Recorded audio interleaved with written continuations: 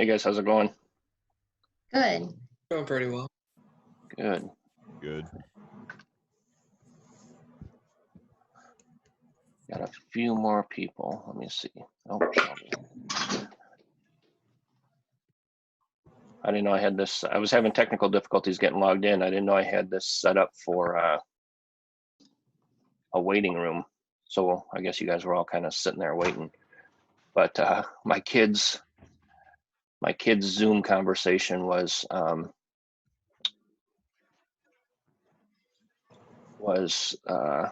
playing through my AirPods, so I could hear his little fourth grade class going instead of you guys coming in. All right, guys. Well, I'm glad all of you guys got here. Let's see. I have to keep on admitting people, I guess. So let me just make sure that I got everybody coming in. All right. Looks pretty good. I think I'm going to take a screenshot once we know we got everybody here, or as many people as are going to make it. All right. So this online class thing is probably kind of new to some of you guys.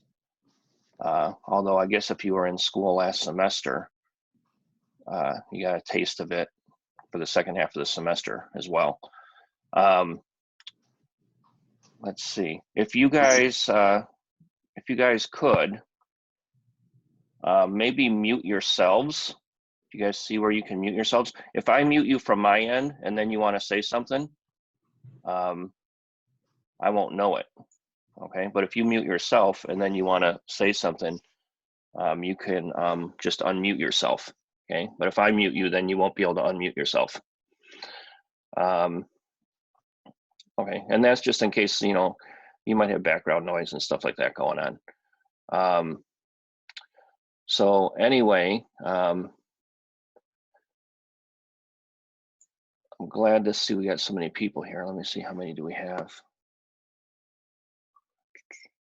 23. That's pretty good. We should have 26 students plus me, so we should have 27. So 23 is not too bad for our first time doing this.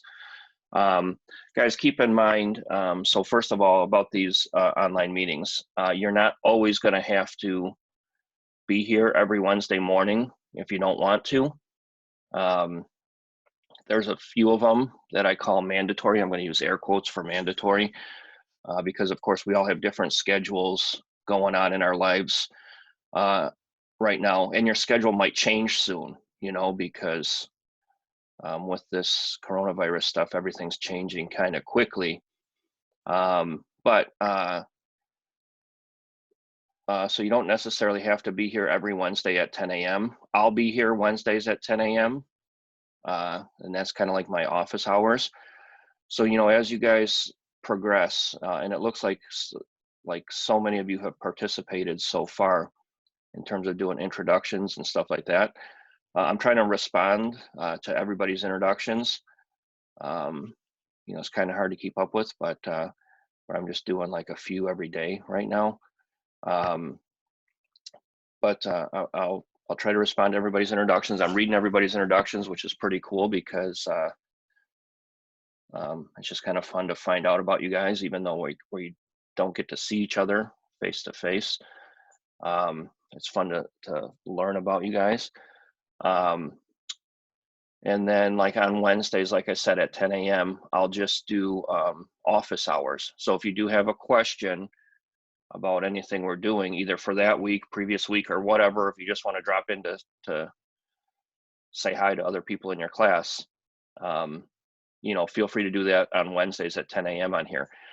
For now, we'll just use the same Zoom address as before, or as this one. I don't know if it asked you guys for a password. If it does, it's just MACA1010, all caps on the MACA. It may not have asked you for a password if you just clicked on the link that I gave you, because I think the link has the password kind of built into it. So I'm not sure if you guys had to input a password or not. But anyway, you know, for class purposes, Number one, does anybody have a question right now with what they saw on like the weekly syllabus or anything like that? Okay, so go ahead and just, yep, go ahead. Not a question on the syllabus, just the question on shooting and metering is all. Okay, this But is if Terry, any- right? This is Terry, yes. Okay, all right. Yeah, so go ahead and ask. Oh, you're frozen now, I think. Noticed, oh, I Okay, hope not. go ahead. Yep, there you I go. noticed yesterday, in your setup video, you said to use gray tone or a tone like the grass, the cement, or what have you. Yeah. So I was doing that, but if I wanted to shoot something in the tree, if I metered on the grass or the ground or the cement, I got right in the middle. But then if I switched up to move to the tree or what have you, it was completely different. Do I keep what the meter, the shutter and the f-stop number that I metered on the ground for the shot in the tree? Or do I, I'm kind of confused on that. I played around with it. And I Yeah, got that's some a good question, Terry, because, so if you watched the video 2, right at the end of the PowerPoint, okay, or if you just looked at the PowerPoint or the PDF version of it, right at the end, I talk about 3 things you have to consider before metering light, okay? One of them is the angle of the light. Okay, so for example, if you're especially if you're in kind of a treed area, and then yesterday afternoon it got nice and sunny out, so we had a lot of contrast, right? If you're metering in a treed area and you meter, like let's say the grass works really well, by the way. It's a good mid-tone, like middle reflective subject to meter off of, but the light has to be hitting it the same way that the light's hitting the tree that you're going to photograph. Okay, now another problem you have when you try to shoot up into a tree is that you're now backlit, okay? Because when you're shooting outdoors, the sky is always going to be the brightest thing in the picture, okay? So, on assignment 4, we do an assignment called backlighting, okay, where we kind of deal with this situation and learn how to shoot it a few different ways and things like that. But right now, yeah, it can be kind of tricky. Okay, so maybe like if you were metering in the shade and then you point your camera up to the sky is going to turn like totally white, and maybe even everything's overexposed. Trees are kind of tricky because the light passes through the leaves a little bit. I mean, they're somewhat translucent. So again, you just have a little bit of a tricky situation.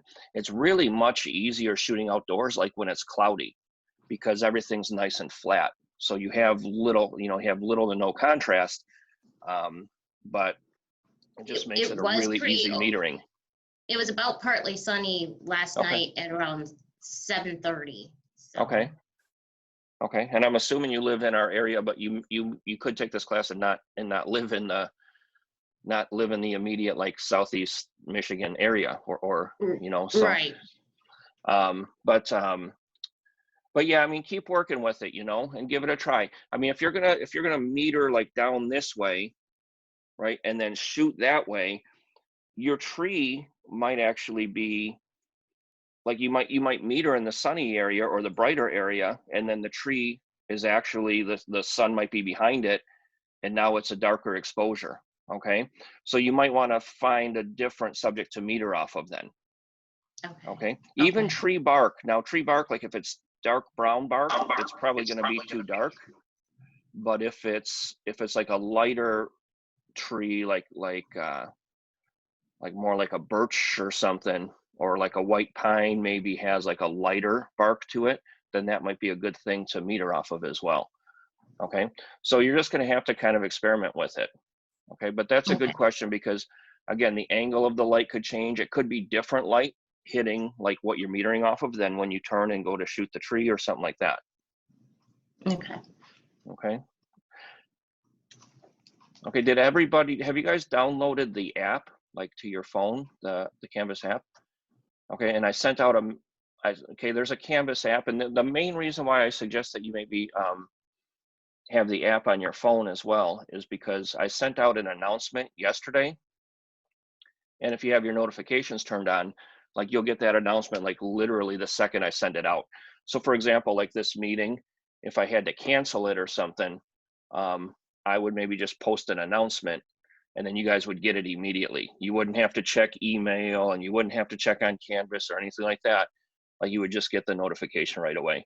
So I love the notifications through the Canvas app on your phone. So I would suggest that you guys have that on your phone as well. Okay.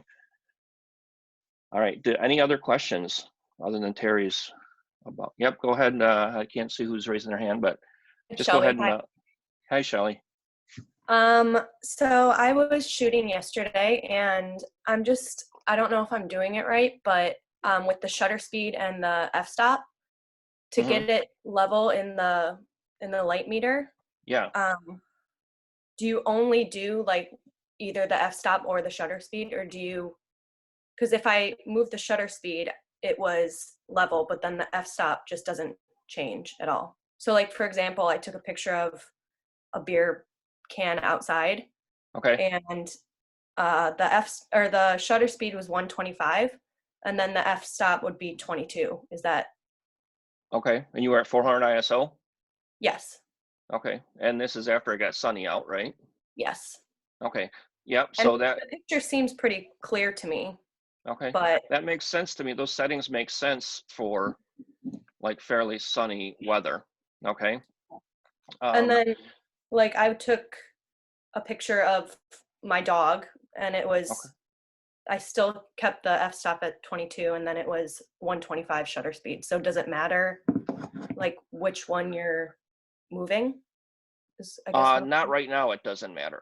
Okay. Okay. But what we're going to find out next week is that at different times you want to use like different f-stops. So you might want to shoot at f4 instead. Okay. So keep in mind, so f22 is a small aperture, right? It's a small lens opening. Right. Okay. And so when you use a small lens opening, you also have to use like a slower shutter speed. Okay, to let light into the camera for more time. So there's always this combination of time and then amount of light that passes through the lens. Okay. Next week, when we start doing assignment 1 and assignment 2, what you're going to find is sometimes you want to open that aperture up all the way. Okay, like to f4. But if you do that, that's a lot of light coming through the lens. So then you're going to end up having to use a much faster shutter speed to let light in for less amount of time. Okay, so like for example, let me grab the Wheel of Doom for a second so you guys can see this. Okay.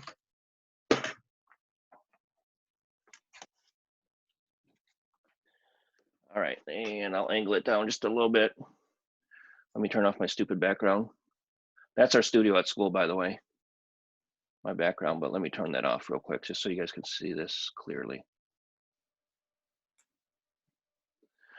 Okay, so like now I'm in my basement right now. I had to set this up like when we had to all of a sudden stop going to school. All right, so here's, this is the exposure wheel. I had it in one of the videos.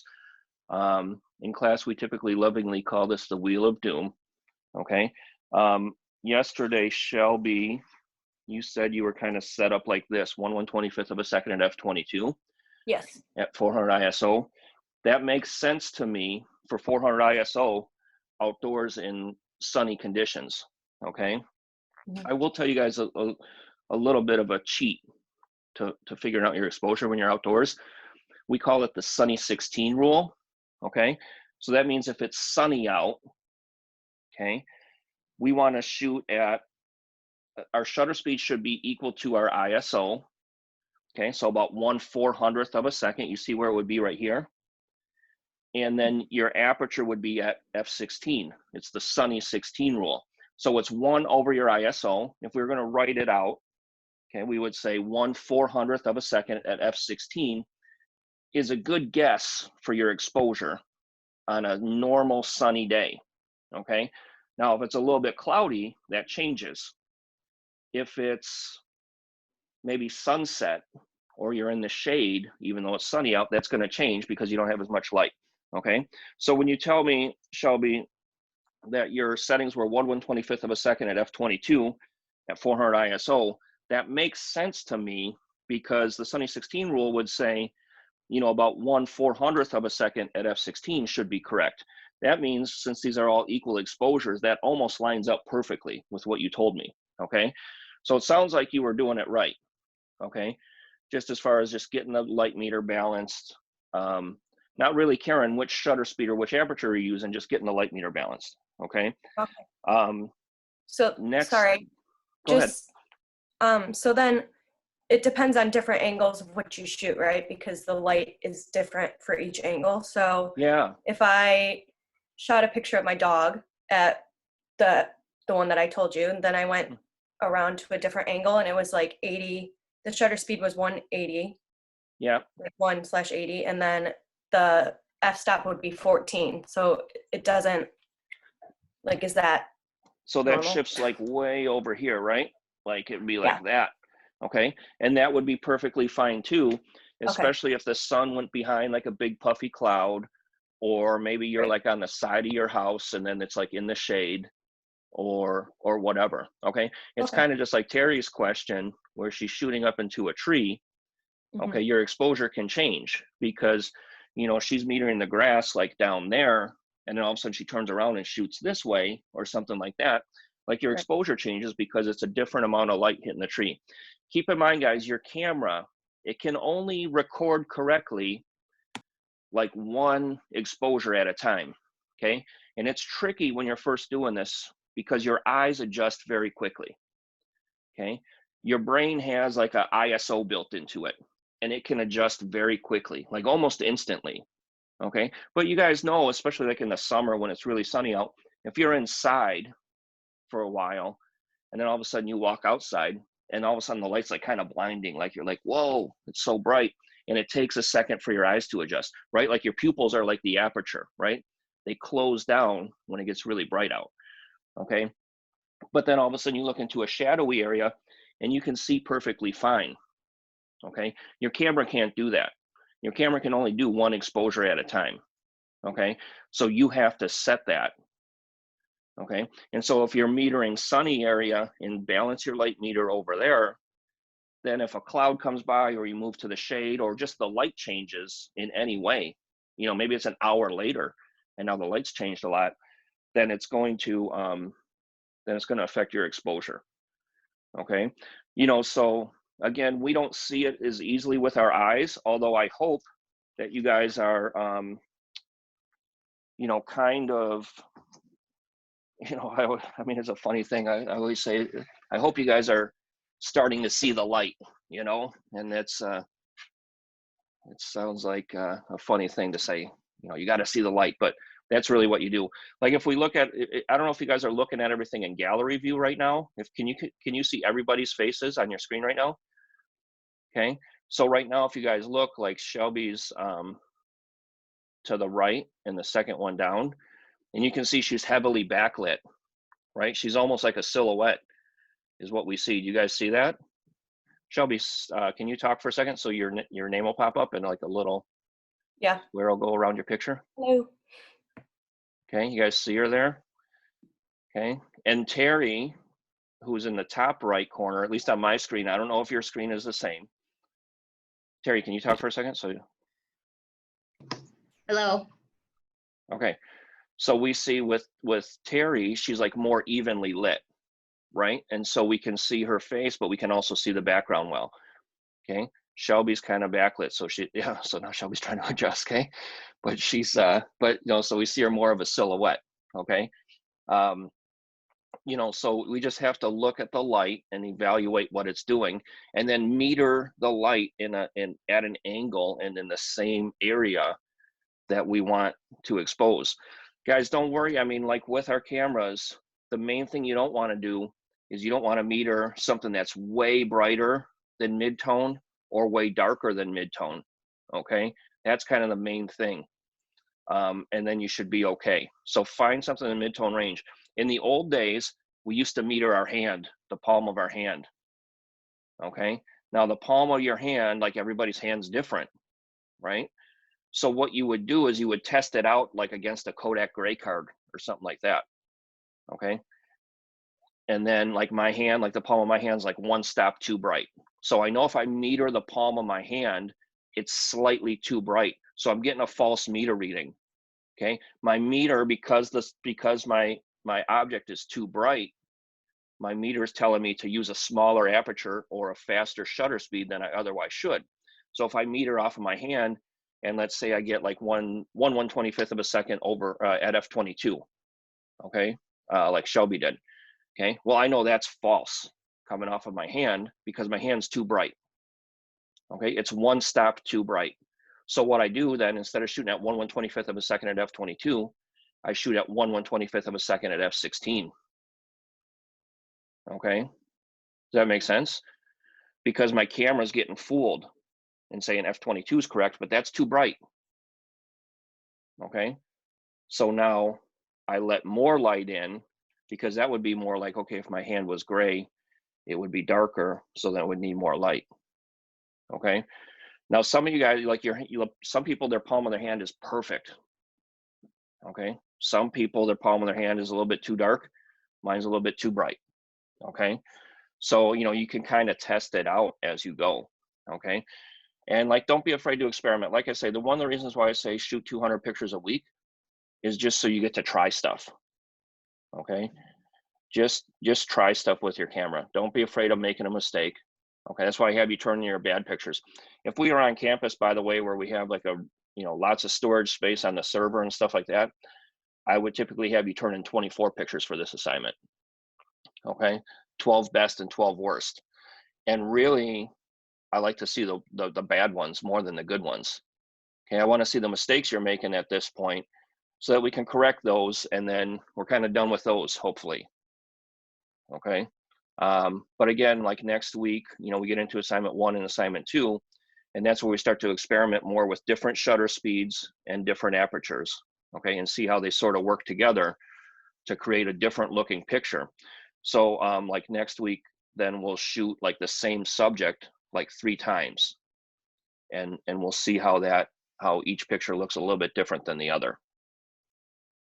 Okay. All right. Does anybody else have any other questions? We're trucking along okay? Yeah, go ahead. Sorry, I have a lot of questions. That's okay. For the So is everybody else, they're just afraid to ask. I was looking at the syllabus, or I don't know, I think you put it in the first day handout, but for the Adobe Lightroom, yeah. is that the one that you want us to get, or is there like a app on our Mac that we can use instead? No, you guys should be able to. Somebody sent me a message in Canvas. Let me make sure I didn't miss anybody. No, you guys should be able to go to adobe.com and then upload the Creative Cloud and log in with your Macomb credentials. So that would be your Macomb email with your Macomb password, like whatever you use to register for class. Okay. And you should have access to the Creative Suite. Has anybody done that recently? Can you guys say for sure if that worked? Because I want to make sure it's working for everybody. Okay, Mark, is that you? You've just done it? Yeah, it works. It works well for me. Okay. Now, did you have it downloaded from like winter semester, or did you already have, or did you just do it? Which one? Lightroom or just Creative Cloud in general? Just the whole Creative Cloud. I've had to use Creative Cloud for a while, so yeah, it worked perfectly fine. Okay. Did anybody just recently download it using your Macomb credentials? No. Okay. But yeah, Shelby, to answer your question, I guess, a little bit more directly, yeah, you need to have the Adobe Creative Cloud. Okay. Now, some students pay for their own account. For a student account, it's $20 a month. I believe it's still $20 a month, and you get the entire Creative Cloud. You do get a free trial, and I'm not sure how long the trial is. It used to be a month, but now I think it's only 7 days. But again, I think you should be able to just log into it with your Macomb ID. Adobe's doing a thing where students would get it for free. Like if you were on campus, like you would log in with your Macomb ID. but now they're letting students do it from home because of like everybody being stuck at home. Okay. Okay, so that Also, should work for you. one more Oh, go ahead. question. Yeah, go ahead. I think you probably said it in your lecture, but just so I can, because it's been on my mind. For Okay. ISO, for 400, Mhm. like 400 up is shooting outside, right? And then if you want to shoot inside, it's a lower ISO. No, other way around. Oof, Other way okay. around. So the higher the number, the more sensitive the camera is to light, which means it works better in less light. Okay. When you're outside, especially like today's sunny, right? When you're outside, again, 400 is a good starting point. I like to call it the universal ISO because I feel like it can pretty much work for everything. But again, my experience is different than other photographers because I've mostly been a studio photographer my whole life. Okay, where like I supply the lights and stuff like that, whereas I don't necessarily have to rely on the sunlight. Okay, when you're first learning photography though, and really, you know, we base everything off of like what the sun looks like in our pictures. Okay, so we you know, so everything's kind of based off the sun. But if you go outside and shoot at 400 ISO on a sunny day, it should work pretty well for you. If you go outside and shoot at 100 ISO on a sunny day, it should work pretty well for you. Now, if it's really cloudy, like about to rain or something like that, okay, now you might have to boost up your ISO, okay, 400, maybe even boost up a little bit higher than that. So less light, you usually want a higher ISO, and more light, like a real sunny day, you can usually kick it down a little bit. Okay. Think about like if, let's just say you have a little coffee spill, okay, and it spills right here. One paper towel is probably going to take more time to absorb that than if you had 4 paper towels. The same, right? The 4 paper towels will just suck it up and it'll be gone. Whereas one paper towel, you put it there and then you move it away and then you might have to wipe it again, right? Because it's not as absorbent. So that's kind of how ISO works. Okay, 4 paper towels would take care of that job just putting it on there. Whereas one paper towel, like you might have to wipe it around a little bit to get it all. Okay, so that's kind of the same way with ISO. Okay, I think I alluded to the paper towel analogy like in the lecture. But then I didn't want to use it because I didn't want to go into too much detail. I mean, honestly, guys, I really tried to keep those lectures like as short as possible because sitting there watching a video with my monotone voice, I'm sure is not like the most exciting thing to do in your day. So, you know, I really tried to keep them as short as possible, but I try to, you know, describe things in a way that, you know, is easy to understand and then describe it again a different way and then describe it again a different way. But that's why we're here, right? So we can ask questions like that to clarify. I have a question too. I Yeah. noticed in your video, I don't know which one it was, you had said, you know, to keep your lens at 18. At 35. Okay, at 35. Yeah. So so for these 200 shots, we shouldn't be zooming in or out, just leave it at 35? Yeah, Or- well, like for assignment 0, okay, and we call it assignment 0 because usually it's not graded. For my online classes and my hybrid style classes, though, I like to have it be a graded assignment. Just to because we gotta get rolling fast when it's only an 8-week semester. In a 16-week semester, we can kind of take our time with it a little bit more. So, you know, for this assignment, I'm not too worried about whether you're at 35 millimeters or 18 millimeters or 55 millimeters, but I just kind of want you to get in the habit of it because next week for assignment 1 and assignment 2, like you have to stay at 35. Okay. The other thing is I would like you guys to get used to what like a normal field of view looks like through your camera. Okay. Because it's different, but you know, like I usually have my Nikon D500 when I'm demonstrating stuff. That's a crop sensor camera, just like a Nikon D3500, just like a Canon T6i or whatever. Okay, that's a crop sensor camera. And so 35 millimeters gives us the normal field of view. Okay, but on my D850, it's a full frame camera. So now 35 millimeter lens, I'm sorry, a 50 millimeter lens gives us the normal field of view. And it looks different. It's really weird when I switch between the two cameras. Okay, so, you know, I want you to get used to your camera. What does normal look like? Okay, and then we'll start worrying about zooming in and different things like that later. Okay, you'll see like by the end of the semester, like when you photograph a person, you typically want to use a longer than normal focal length lens. Okay, and that's just so, like you can see like with the zoom videos, right? Like we look weird because this lens is like super wide angle. Okay, so if you're too close to it and it's not zoomed in, I mean, it can look like, you know, really strange kind of, right? Like my head looks gigantic and the rest of my body looks small. Okay, so we just want to you know, just use the right focal length for the type of shots we're doing. And for now, just to learn like what 35 millimeters or what the normal field of view looks like through your camera is important. Okay. All right, good questions so far. Anybody else? Okay, so I just want to go over then, and again, all of you guys are here. I think like I said, we got 23 people. We should have 27 if you include me, so we're just missing a few people, which is a good thing, and it looked like a few people haven't participated yet, so I hope they know the semester started. I think sometimes, especially with like a spring and summer class, like people will register for the class and then forget when it starts or something. But anyway, so I want to show you a couple things. I'm going to share my screen with you, and I just want to make sure that you guys are kind of on the right track and are comfortable using Canvas right now. Okay, so I'm going to go to screen sharing. Okay, I think you guys can see my Zoom screen.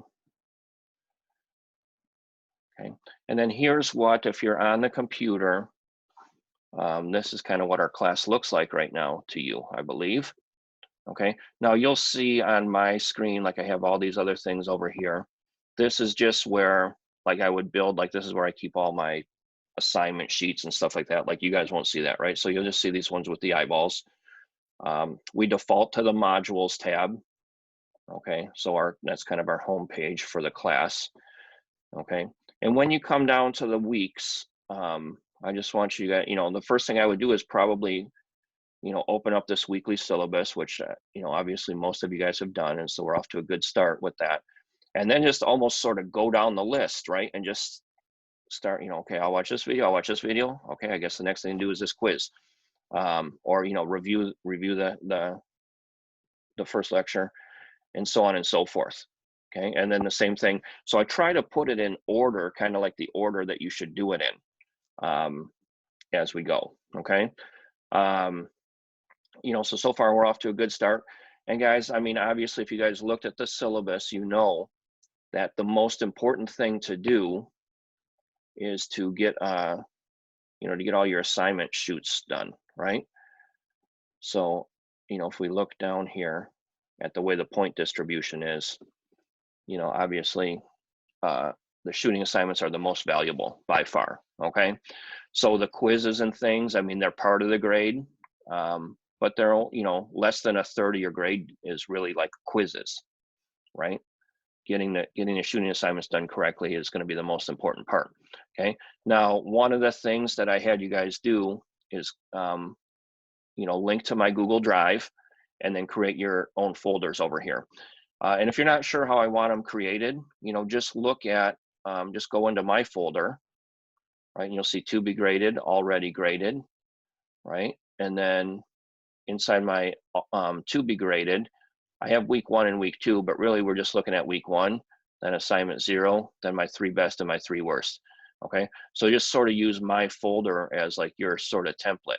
Okay, now another thing you're going to be turning in here, and it's just going to be like a Microsoft Word document or a PDF if you want to turn it as a PDF, is that self-critique at the end of the week. Okay, and the self-critique is just yourself kind of saying to yourself, You know, did I shoot my 200 shots? How did I do with it? Did I get it? Did I, like, what didn't I understand? Okay. You know, just to get back to like Shelby's question for a second about shutter speeds and apertures, you know, this is an intro level class, so you're not going to learn everything there is to know about photography in an intro level class. And especially you're not going to learn everything there is to know about like shutter speeds and apertures just on the first assignment, right? So it's a good question because there is a lot more to know about it, okay? But yeah, so when you're building your folders, and I haven't really looked into anybody's folders yet, but again, you know, you can just sort of use mine as a template, okay? So there I am right there. So, but it looks like, you know, again, several people have already created their folders. Some people haven't. Some people on this call haven't created their folders yet, which is fine because you really don't need it until you're ready to turn something in. But it is graded that you create your folders, okay?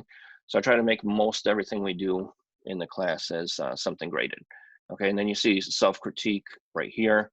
And there's just a link to the Google Drive again. And there's just a couple documents in there. You guys want to use the self-critique form. This critique form right here is going to be for later in the semester when you're critiquing each other's work, okay? But you're just going to pick like maybe a couple students, you know, critique their work on this critique form and then just turn it in your Google Drive, okay? The other student may never even see that critique, by the way, if they're not, you know, digging through your folder on Google Drive. And then I guess that brings me to another point, you know, make sure, guys, that you realize that everybody in our class kind of has access to everybody else's folder the way we're doing this, right? So, you know, anybody can come in here and like look at your pictures and stuff like that, which is good because eventually you're going to need to do that to critique other people's work, okay? But again, just as an academic integrity thing and stuff like that, like when you look at somebody else's pictures or go into their folder, you don't move anything around or anything like that. Okay, you just kind of look at their pictures. When you go into Google Drive and you go into the MACA 1010 resources and grab this form, okay, make sure you're just downloading it, not moving it or doing something different with it, okay? We should have, you can view it. I don't know if that means you're going to be able to download it or not. Maybe I better put this one to edit also. Okay. I'll also put like sample images and stuff like that in here as we go. Okay. So like, especially next week where, again, we get more specific with shutter speeds, we get more specific with apertures. I'll put like a sample image either in here or in Canvas or in both places. Okay. Just so make sure you guys see them. So that's, I mean, I think that's pretty simple and straightforward, I hope, okay? But again, guys, the only way to turn stuff in for a grade is to put it in that to be graded folder, okay? Once I grade something, I think I should be able to move it to the already graded folder, okay? So then you'll know, okay, week one's been graded, right? So I'm just gonna start moving those out of the way as we go. Does that make sense? I have a question. Sure. How do you Caitlin? grade the pictures? Okay, so like if you look at the bottom of the assignment sheet for assignment 0, okay, and the semester kind of builds on itself, guys, but you know, for now, if you look at the bottom here, it just says your grade. Now I don't have like a specific rubric where it says, okay, if your exposure is off, this is minus 20 points or something like that, because we're turning in 3 best and 3 worst for this assignment. This assignment, I grade, number one, I mean, how do you grade your worst pictures? I mean, I hope they suck terribly, okay? Because, I mean, hopefully not, but maybe they do. And that's okay, right? Because they're supposed to be your worst ones that you shot out of 200. Okay, out of 200 pictures, you should get some bad ones. Okay, I would get some bad ones shooting 200 pictures. Okay, so, you know, you're turning in your worst ones. So how do I grade that? I don't even know. Yeah, is that a bad picture? Yep, it's bad. Okay, for your best ones though, I'm mainly looking for proper exposure, meaning your light meter was balanced. Okay, and you know, you're not too bright or too dark on the main subject. Okay, keep in mind, if you're doing like what Terry was doing, you're shooting up into a tree, your sky's gonna probably be blown out. It's gonna be too bright a lot of times if you get the proper exposure on the tree. Okay, now if your tree is a silhouette, that means you underexpose the tree. Okay, but maybe your sky's nice and blue then. Okay, so it kind of depends what the main subject is. Okay, but I'm looking for proper exposure and I'm looking for good focus. Okay, like I said in the videos, I mean, most auto things on your camera aren't good for you to be using. Okay, auto ISO stinks. That's terrible. Okay, when you're learning how to use a camera. Auto white balance, not good. Okay, but autofocus is amazing. Okay, it works better than your eyes. And by the way, guys, as you hold your camera up, and this is how I test my autofocus, by the way. Let me grab my camera so I can show you this.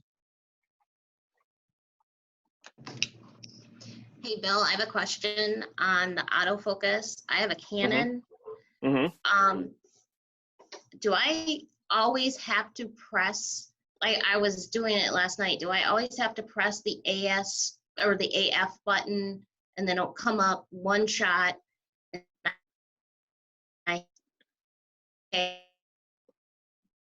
Okay. Every time. What's I that? can show Is that you. you? Is that you lagging, or is that? I got my fourth grader upstairs doing a Zoom call, and my wife's doing a Zoom call right now. So we got a lot of bandwidth going through this house right now. So I don't know if that's you lagging or me lagging.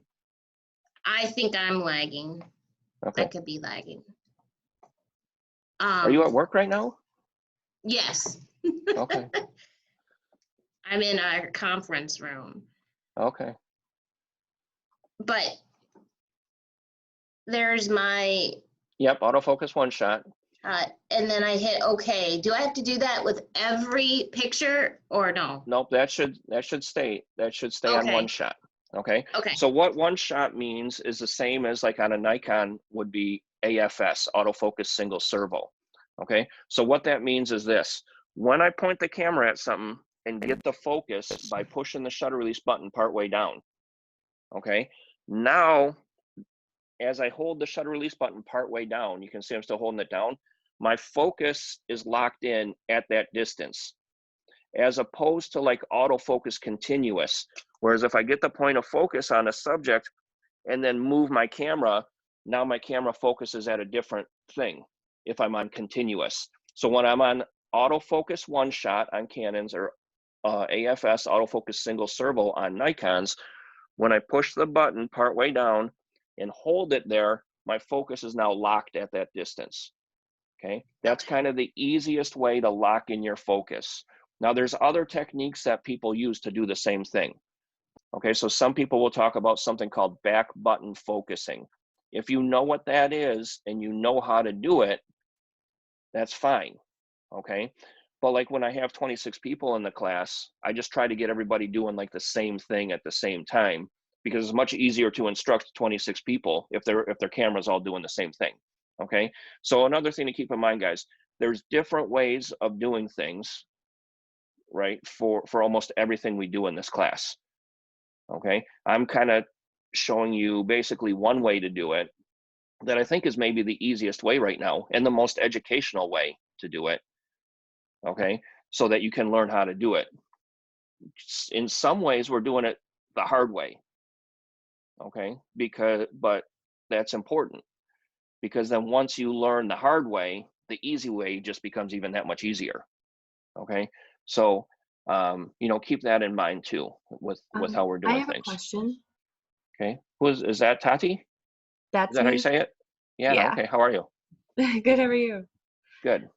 So my question is, a couple days ago, I was trying to take some pictures and I was using so I was partially pressing down on the shutter button to focus, but then it would go back out of focus right afterwards. Why is that? Okay, so what kind of camera are you using, first of all? I have a Canon. Okay, did you find where it said autofocus one shot? Did you have it set to one shot at the time? No, it was Okay. no, it was the 10 pictures. shutter? Like you press it and then you stand back and it does the timer? Okay, so, well, okay, so that's your shutter drive. Okay, so Yeah. keep in mind, guys, there's even like a couple different things you have to set for autofocus. Okay, so one thing you have to set is the autofocus one shot on your Canon. And then what has to happen then, Tati, is that when you push the shutter release button down, it gets the focusing distance. But if I take my finger off of here and then push it again, it refocuses. So that might be what was happening. So even if you had it on one shot, it still might have been refocusing, because once you take your finger off, it focuses again. Oh, okay. Okay. It doesn't lock in the focus unless your finger stays on there. Okay. Oh, that makes sense. So if you're using the timer, like if you're trying to do like a self-portrait, let's say, and you're trying to like get in front of your camera, so you use the timer, right? So you can push the button and then get in front of your camera. What you're going to want to do is focus on where you're going to be. Mhm. Okay, and this is going to come up in assignment 1. Focus on where you're going to be, and then like on the side of your lens, you might be able to turn off your autofocus and just change it to manual focus. And now it's not going to change focus unless you turn your focus ring on the lens. Okay. Okay. Now, if you don't have that, does everybody have that on the side of their lens? I see Terry's like looking at her camera. Yeah. So you want to make sure that that's on autofocus. Okay. Now, guys, one other trick to autofocus that you guys should know is when I point my camera at my subject, and again, I have mine on Nikon, we call it single area autofocus. So it's only focusing on that same kind of square where my light's metering. Okay. Once I have that point of focus, in the bottom left-hand corner of my screen, a little round light lights up. Okay. Now on a Nikon, mine's kind of like, my information at the bottom of the screen is kind of monochromatic. It's kind of like a bluish gray. Okay. But on Canons, I think that light will light up in green. Okay. Almost like a green light, like green means go, right? So when you push your button partway down, and you see that little light up in the bottom corner, that's telling you that the camera thinks it's in focus in that red square where it's lighting up red while you look through the viewfinder. And remember, guys, to properly hold our camera, we want to hold it close to our face, right? So we want to have it up here, right, and pointing at something. So what I like to do to test my autofocus, and I'm going to test it right on my my weekly or my assignment 0. You see my assignment 0 on the screen still because I'm still sharing my screen, right? If I push the button partway down, I should be able to read the info that says your grade will be based on exposure, focus, etc. Right? If I can't read that, but my little green light is lighting up, or that little light telling me that the camera thinks it's in focus, number one, you can't be too close to your computer screen. First of all, most lenses have to be at least 2 feet away. Okay.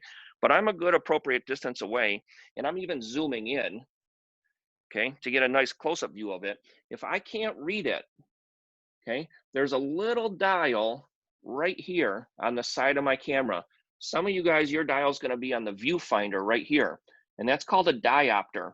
So like me, I wear glasses, right? Some of you guys wear glasses, some of you guys don't. Everybody's eyes are different, like how they focus, okay? So if it doesn't look like it's in perfect focus, what I do is I turn that little diopter, okay, and I got to pull mine out a little bit until it looks like it's in perfect focus, okay? So once I lock it in, now I can look through there, and I should be able to read that perfectly fine, okay? So that diopter then, what that does, it doesn't adjust the focus of your lens, it just adjusts the focus of your viewfinder so that you can get it in perfect focus for your eye. Okay. Now, if we were, and I don't know if we can do this anymore in the coronavirus days, but in the old days, if we were at a shoot, okay, and I would bring like 3 cameras myself, and you were like my assistant, okay, now you might grab one of my cameras to go shoot, and you would pick it up and you'd be like, oh, Bill, this thing's totally out of focus. Okay, well, it's not out of focus, just my eyes are terrible and your eyes are good. And so then you have to fix the diopter to your eye, okay? So you can kind of customize how this little lens back here focuses as you look through the camera also, okay? So just make sure, I mean, in setting up your camera, that's one part. I don't think I got to it But I'm glad we got a question about focusing, Tati, about this right now. Okay. I I have a have a quick question. question. Oh, Whoa. sorry. Lots of questions. Okay. All right. Who wants to go? Terry, you want to go first? Go ahead. I think it's Terry. Sure. When you were talking about the lens, Mhm. I did have single shot on, but I had it on manual focus. So that was probably my struggles yesterday. And now Okay. I switched it to autofocus. When my lens is in autofocus, I shouldn't manipulate the zoom, right? Because that will ruin it, correct? No, you can adjust the zoom. That's fine. Manually? Yep. But Okay. you have a focus ring out here on the end of the camera. So in fact, like as you push the shutter release button, you'll probably see that ring turn a little bit. Okay. You don't want to turn that. In fact, if you tried to turn it, it would be kind of hard to turn right now. Okay. And so it's kind of telling you like, don't turn me. Okay. If you Okay. force it, then that's when you can screw up your focus ring. Okay. Okay. So Okay. you'll know, I mean, you'll like literally, it'll be like, oh, it's not turning. I better not turn it. Okay. Okay. But some people do. Some people are like, come on, and don't do that. I've done that before and I've ruined autofocus on other cameras, so. Yeah. Yeah. Okay. So All I right. Who else can had a question? turn, Oh, I can turn you can this turn your part. zoom. Yeah. You can Okay. zoom anytime. Okay. Yeah. All right, thanks. Okay. Who else? I had a quick Caitlin? question. I didn't have one of those things on the side. The For focus. autofocus and manual focus. Yeah. Yeah. So then you would just turn it off and on inside the camera body.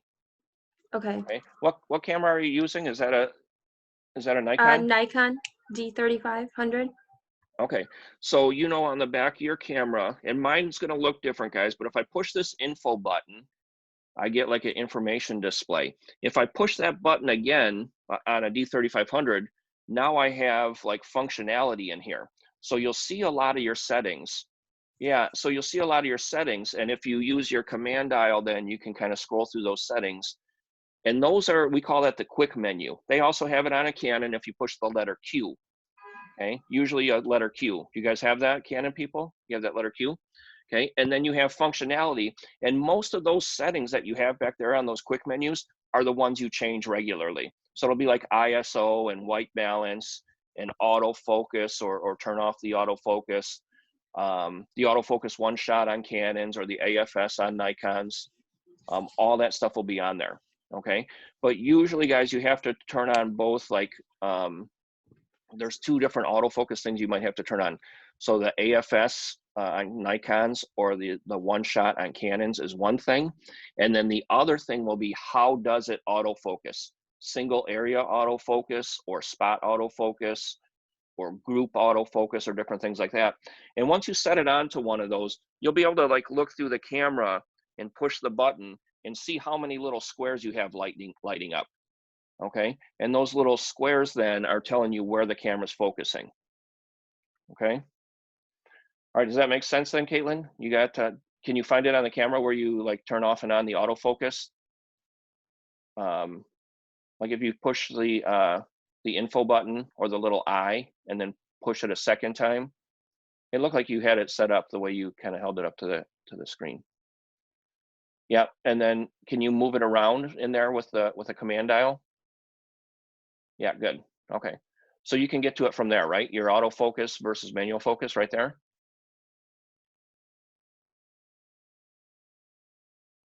You got it? Good. Okay, good stuff, guys. Okay, are you guys comfortable navigating around like in Canvas, first of all? Let me just I'll give you a quick preview of next week right now, okay? So next week, you guys can't see it yet, so see how I have all these green check marks? I don't have a green check mark against week 2, okay? But here's the week 2 syllabus, okay? And week 2 is mainly just gonna concentrate on assignments 1 and assignments 2, okay? So watch Bill's, well, I have first lecture part 2 on this syllabus, but I already gave you guys that. I wasn't gonna give it to you guys till next week, but I figured we'd get that all out of the way, okay? Then we're gonna have photography motion, and we're gonna have depth of field as the next 2 videos. I actually have those videos shot, but I don't have them like quite ready to go yet, so I didn't put the links on here yet. Okay, but you'll see some of the different stuff we're doing here. Okay, so next week's going to be a little bit different. We're going to have a photo history quiz on George Eastman. You know, I'm not showing you this so you guys jump ahead. Okay, I would just wait until we get there. And then, you know, mainly everything's going to revolve around the shooting assignments. And then there's a couple quizzes associated with the shooting assignments as well. Okay, so, you know, just keep an eye out for those. I might make a third video in here where it's just more like a lecture style video for both of these subjects. And then these two videos are actually going to be me like outside, like shooting with different subjects and stuff, and showing you guys how to do it more like how you would go out and do it. Okay, so just to let you know, this you know, each week is just going to look kind of the same, and I try to highlight the main things, like make sure you do this, make sure you do this, and stuff like that. Okay, because those are the things where your points are for your grade. Okay, and then always, like if you see week 2, the very first thing I have last week's checklist. So keep in mind, week 2 is going to open up Sunday evening at 6 o'clock, but your week 1 stuff still isn't due until next Tuesday at noon. Okay, now, as always, I say, don't wait till the last minute. Okay, but obviously when you're doing an online class, everybody's schedule is different, right? Everybody's life is different right now. And so, you know, I know you guys are kind of doing this at all different times of day, or even at night with a lot of the quizzes and stuff like that. So, you know, some people, I think, well, who was it?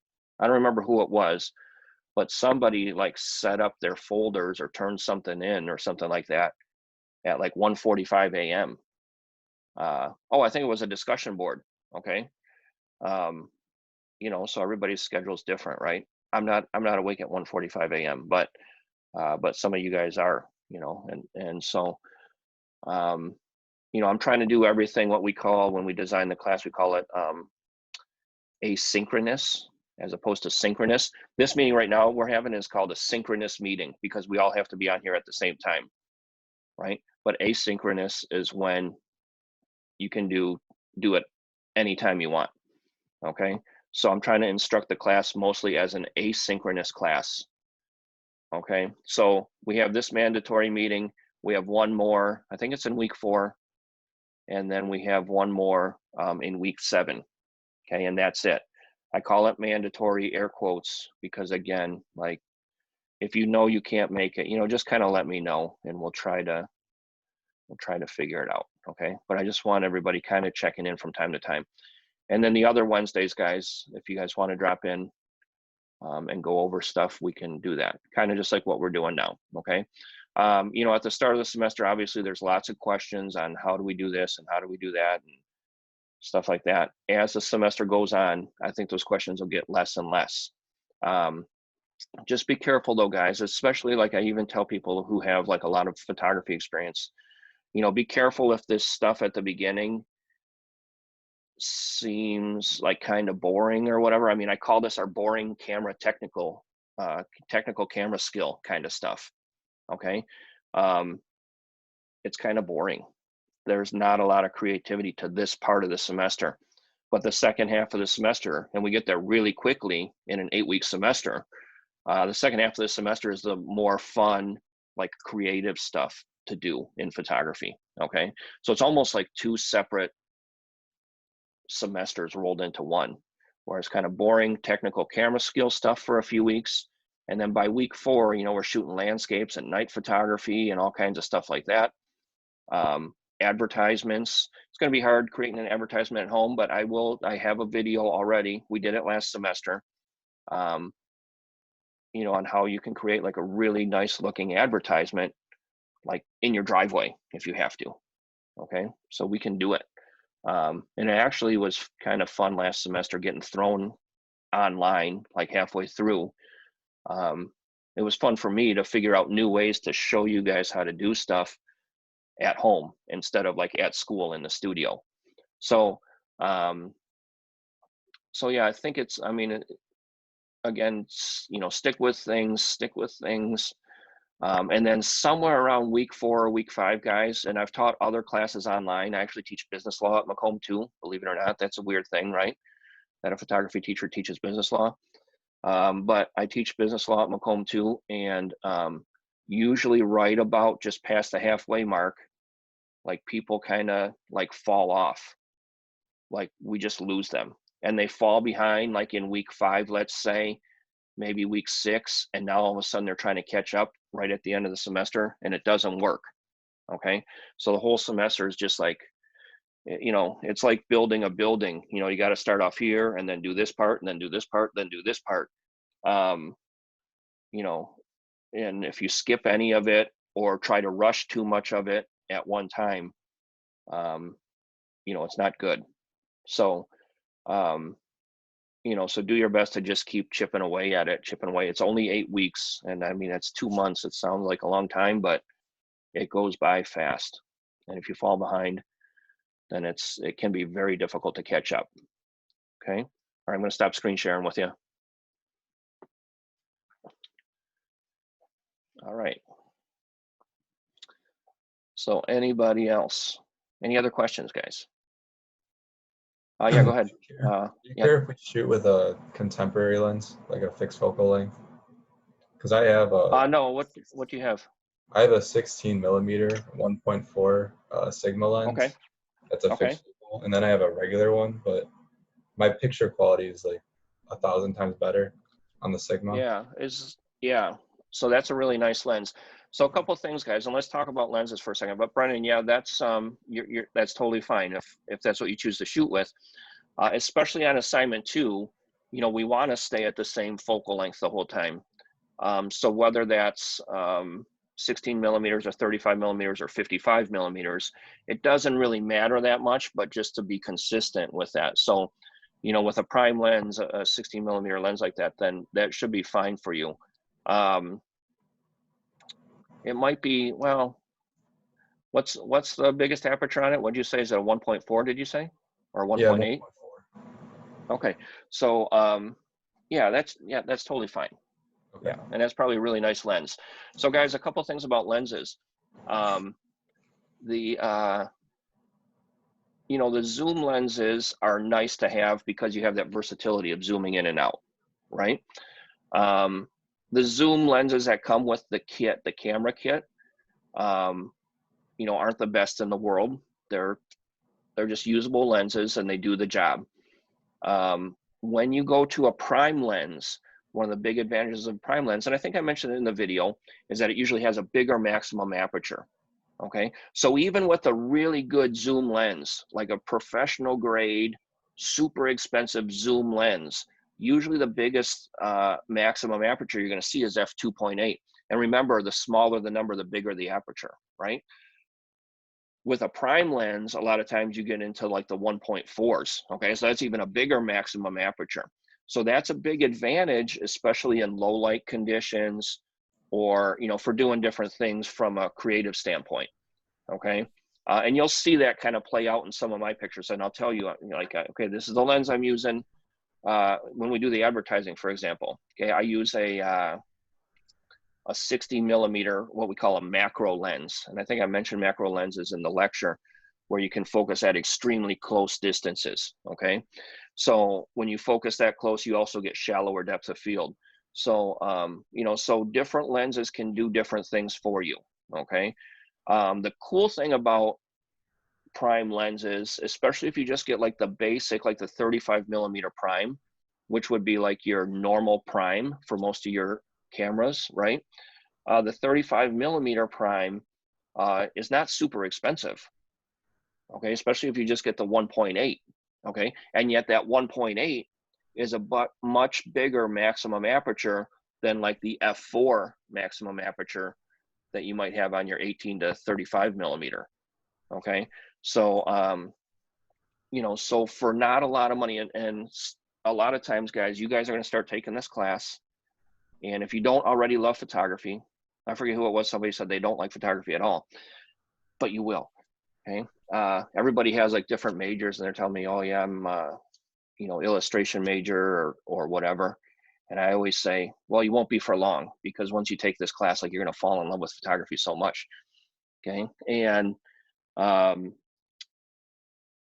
but the thing that the students will always ask me, Bill, I want to upgrade my stuff. I want to get better stuff. And they want to get a new camera body. Okay. And I usually tell them, I usually ask them, well, what lenses do you have? Right. And they have their 18 to 35 kit lens, and they have their 70 to 300, you know, their telephoto zoom, right? It's telephoto lens, plus it's a zoom because it has a range of focal lengths. Okay. They have those couple lenses that came with their camera.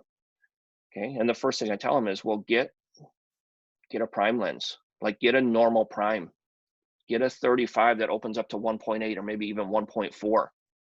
Okay. That would be your next upgrade, is get better glass. Okay. The camera body, guys, I mean, it's important. Okay. But really, the light's got to go through the lens first to get to the camera body. So this part of the camera, the lens, is actually probably the more important thing, okay, than this. You know, you can take an old like Nikon D70 or the original digital Rebel from 2004, 6-megapixel camera. Okay, your phone probably shoots higher quality images and larger files than those cameras used to. Okay, and you put a really good lens on it, and it's going to take, it's the pictures will be as amazing as anything else. Okay, so the lens is probably the more important part than what's going on inside the camera body. Okay, in most cases, not all cases, but in most cases. Yeah, so Brennan, blame Brennan for that big long lecture part about lenses, because he asked about his lens. So yeah, 16 millimeter prime, perfectly fine. Okay. All right. Anybody else?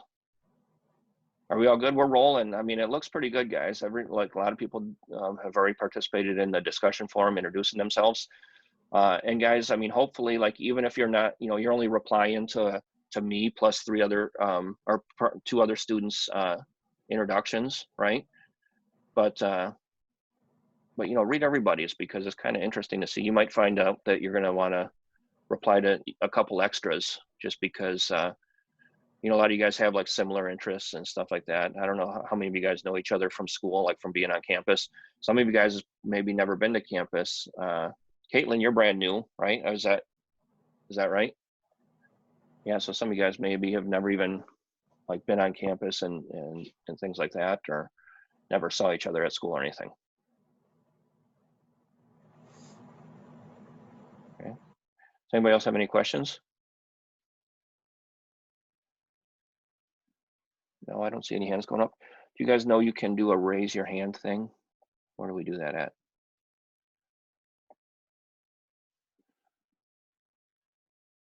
We used to be able to do a raise your hand. Under reactions. Well, it's under reactions. Oh, there it is. Okay. Yeah, so I can do a thumbs up. I can do a raise, oh, clap. It's under there somewhere. I'm not seeing it. There we go. People are clapping and stuff. Tati's like, let's be done with this. Terry's got her thumbs up. She wants to be done. All right. All right, are we good, guys? We're rolling? Okay, because you know, if you guys have any questions, email me. I'm usually pretty quick with the emails. I know I said in the first day handout, like, you know, I kind of only work business hours, but honestly, I check my emails a lot. I check Canvas a lot just to see what's going on. And we can always do like a little private Zoom call or something like this if we have to, if you're really, really struggling with something. And then next Wednesday, 10 a.m., if you guys want to just pop in, if you guys have questions. Again, it gets a little bit more complicated next week. You know, this week is just balance your light meter and take the darn picture. Okay. Next week is we get a little bit more specific with shutter speeds and apertures. And you'll start to see what different shutter speeds do and what different apertures do and things like that. So it gets a little bit more complicated, and then we start getting into editing and more complicated light conditions and stuff like that. Before we get to the fun stuff, making ads and stuff like that. Okay. All right. If you guys don't have any other questions, I'll end the meeting. I'll keep it going for an extra second or two in case somebody wants to stick around and ask more of like a private question. Otherwise, good luck, guys. I'll see you guys maybe next Wednesday. Adios.